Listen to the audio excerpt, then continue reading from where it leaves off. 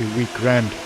It helps them to ameliorate margin squeeze that you see as a result of administered price increases domestically, as a result of productivity that's not keeping up pace with salary increases, as a result of electricity prices and so on.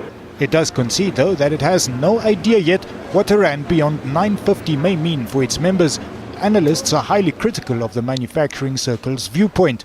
With a weaker rand, they're going to need more rands to buy that machinery, and maybe that is going to have an impact on input prices. That's going to once again bring about the spectre of less globally price competitiveness for our exports. Then what will they say? Oh, we need an even weaker rand, and inevitably that leads to inflation. It's a vicious circle. Most people who manufacture also import input products.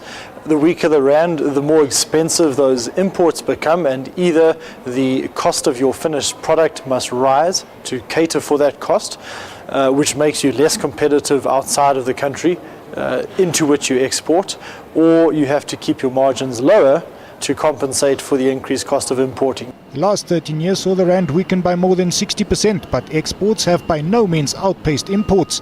Instead, the rising costs of imports have outpaced rising export values, and inflation during this time more than doubled.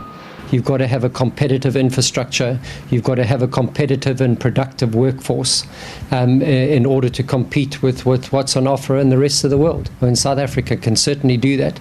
I don't believe the rand is the biggest driver in that. It's economic growth that really drives manufacturing.